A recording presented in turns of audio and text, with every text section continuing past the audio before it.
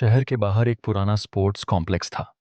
वहाँ का swimming pool दिन में बच्चों से भरा रहता, लेकिन रात 9 बजे के बाद उसे सख्ती से बंद कर दिया जाता था। वजह कोई नहीं बताता था।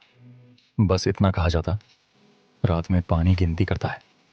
आरव को यह बात मजाक लगी। वह एक प्रोफेशनल स्विमर था और प्रैक्टिस के लिए देर रात चोरी छिपे पूल में कूद गया। चारों तरफ सन्नाटा था, सिर्फ पानी की हल्की हल्की लहरें।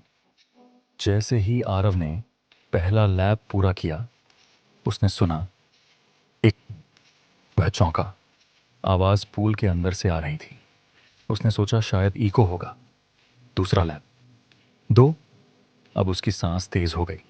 तीसरा लैप, तीन। इस बार आवाज उसके बिल्कुल पास थी, जैसे कोई पानी के नीचे खड़ा होकर गिन रहा हो। आरव बाहर निकलने दौड़ा,